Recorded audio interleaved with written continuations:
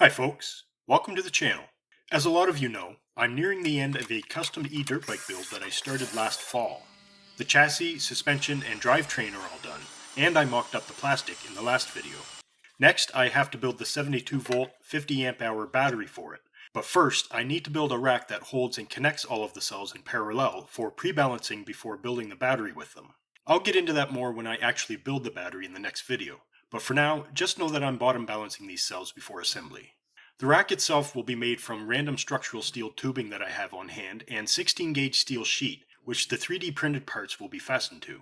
The cell holders will hold 5 cells each and have a spring-loaded sled to make it quick and easy to swap cells. And I'm using 1/4 brass nuts and bolts for the conductors. These will be wired to 0.3mm thick by 25mm wide copper bus bars with 18 AUG wire and ring connectors, and the bus bars will be connected in parallel to terminal blocks in the back with 10 gauge wire. The positive side of each cell will also be protected with a 5 amp fast blow fuse so that bad cells isolate themselves quickly from the rest, but most would be found while resistance testing prior to balancing anyway. I'll be using my EBC A40L charger tester with this rack, which is only rated for 40 amps. But each copper bus bar can handle up to 60 amps to deliver 2.5 amps to each cell, so I can upgrade to something a lot more powerful later. But before we jump into building this pre-balancing rack, I want to take a minute to talk about the machine that will be making most of the parts for it. This is the new Max4 3D printer from QIDI. Spec-wise, it's a large format Core XY machine with a build volume of 390 by 390 by 340 millimeters. It has a 370 degrees Celsius hot end, a heated bed up to 120 degrees, and an actively heated chamber that can reach 65 degrees, so it's built for more than just basic hobby printing. It also has automatic bed leveling with a load cell sensor, input shaping, filament runout detection, power loss recovery, Wi-Fi, Ethernet, USB, and a 5-inch touchscreen. There's also a built-in AI camera for remote monitoring and time lapses, with spaghetti detection, foreign object detection, and general print failure detection. And the printer can be synced with your phone through the QIDI Link app to provide real-time monitoring and control. The Max4 is also compatible with the QIDI box for multicolor or multi-material printing, as well as the Polar Cooler, which helps manage extruder cooling when printing in a heated chamber. For this project, I kept things simple and printed everything in PLA to keep cost and difficulty down, because I needed to print over 1,000 parts for this rack, things like cell holders, bus bar supports, and fuse holders, all of which need to line up across a large assembly. That's where a machine like this really makes sense. The large build volume lets you print bigger sections at once, and the enclosed Core XY setup keeps things consistent across long print runs, so everything actually fits together the way it's supposed to. So even though the material itself is simple, the scale and repeatability of the machine make a big difference on a project like this. After setting up the machine, I checked the settings and then fired off a few test prints to make sure everything was working properly before starting the project.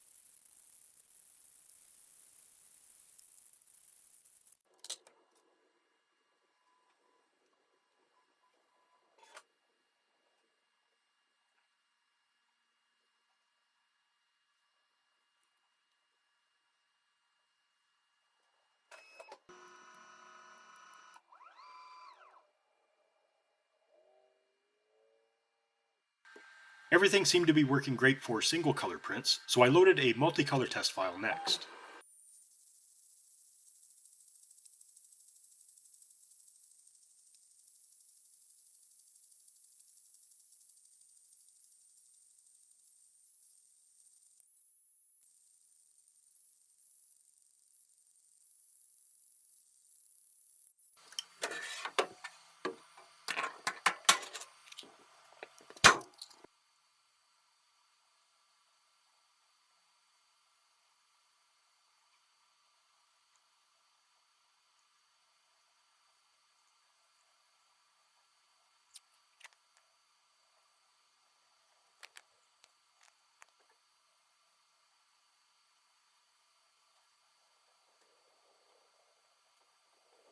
This turned out pretty good too, so I imported the cell holder model into QIDI slicer software to prep it for slicing.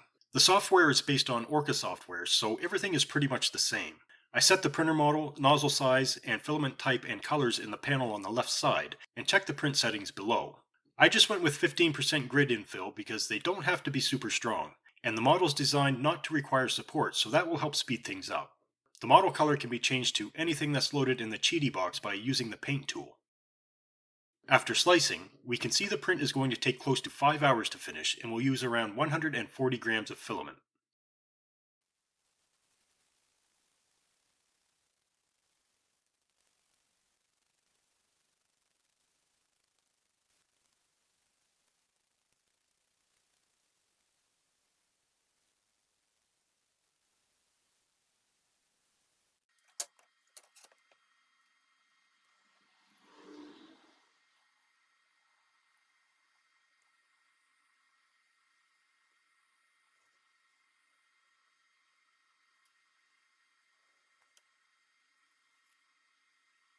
This turned out pretty good as well. There is a consistent extrusion anomaly beside the through holes on the ends, but that can be mitigated in the slicer. Next, I printed a batch of the spring-loaded sleds in red to represent the positive side of the holder, as well as some bus bar holders and fuse holders to confirm everything was going to work before printing multiple batches. While the Max4 was doing its thing, I was busy building the rack. I used 1-inch square tubing for the upper part of the frame, which I covered with 16-gauge steel sheet to mount the cell holders to, and I used 2.5-inch square and round tubing with 1/4-inch thick walls for a heavy base. I also included casters so I can move it around the shop or push it outside in a worst case scenario.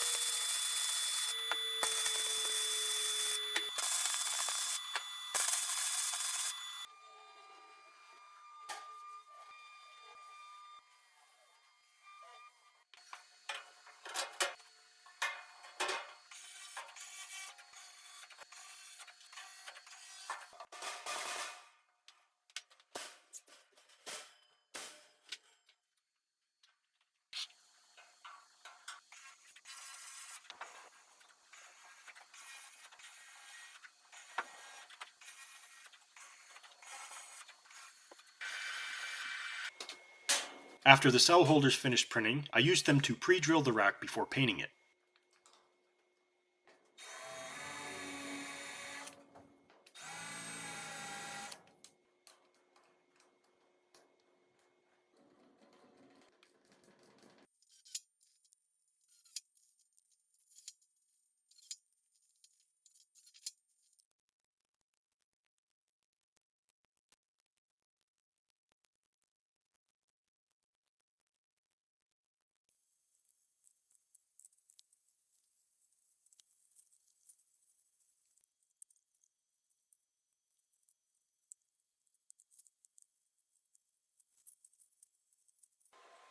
After painting, I started prepping the springs and conductors so they were ready when the rest of the parts finished printing. For the sleds, I used 6mm wide coil springs with a 0.5mm wire diameter. I bought the spring material in bulk in long pieces because it's more affordable that way for a project this size. I just cut them into 40mm lengths with a wire cutter and used needle nose pliers to bend a couple of coil wraps over on each end for connecting later. When I finished with the springs, I moved on to prepping the brass bolts. The ends of the bolts have ridges from the threading process, so I made a sled to hold the bolts while I trued them up with a disc sander. Assembly is pretty simple. Just slide the sled into the track and attach them to the holders with the springs and number 6 wood screws.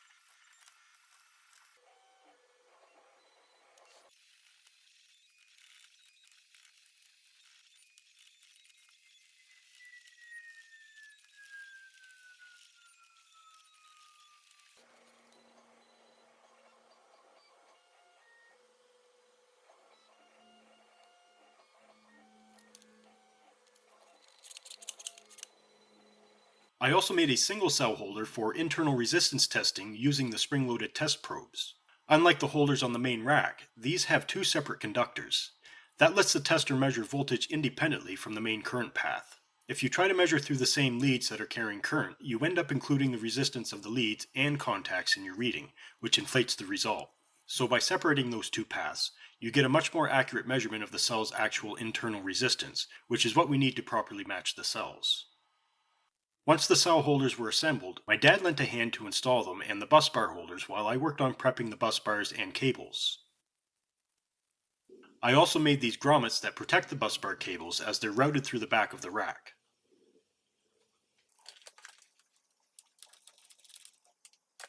The copper for the bus bars came in wide rolls, so I had to cut them into strips with my aluminum metal brake before drilling out holes for connecting the cell holders and soldering a red or black 10-gauge cable to one end.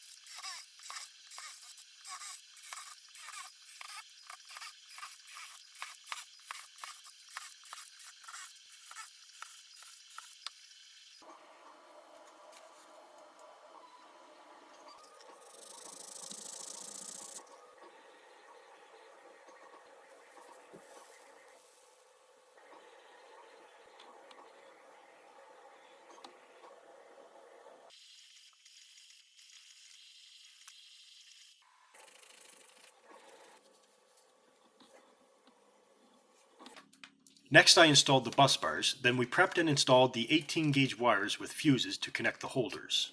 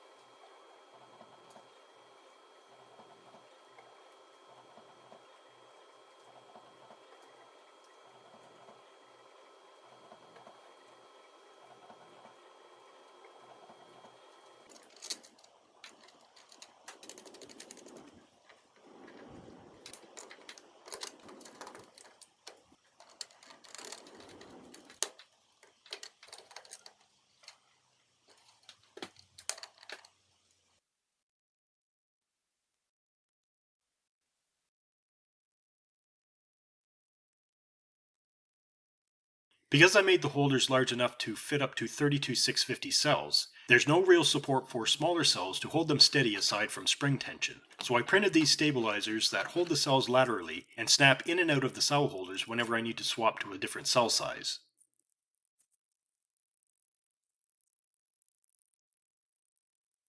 The last things to make were a couple of terminal blocks for the final parallel connections on the back of the rack.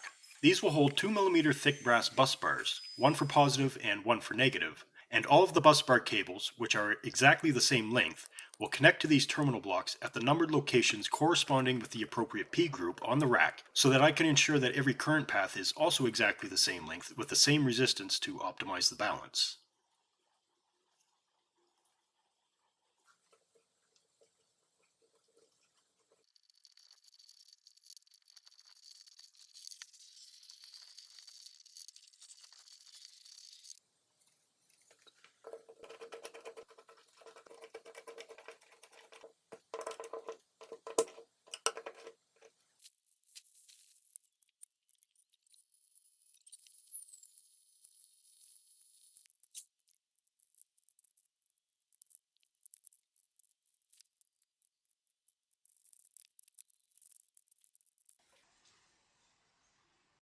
So that was a long process, but I'm quite happy with how this worked out, and I know I'm going to get a lot of use out of it over the next few years. I think I might make it a fully enclosed metal cabinet at some point just for added safety, but we're only dealing with a couple hundred watts until the charger tester is upgraded, so this will do fine for now with a couple of fire extinguishers and the shop doors nearby. I might also cover the back with plywood and install a couple more terminal blocks that allow me to rewire the P groups in series connections if I find the need for it later. But this will get me started on building the dirt bike battery. The QIDI MAX4 and accessories also did great. I had it printing almost non-stop for weeks with no issues. With that said, the extra large build volume probably saved me weeks of printing with a smaller machine. So far it's been a very helpful addition to the shop. But that's it for this video, folks. If you are interested in getting the MAX4, then check out the links in the video description below. If you haven't seen the current dirt bike build yet, then I put a link for that playlist in the video description as well. In the next video for this series, I'm going to put this rack to work and finally tackle building the battery so we can take the bike out for testing. Until then, thanks for watching and take care.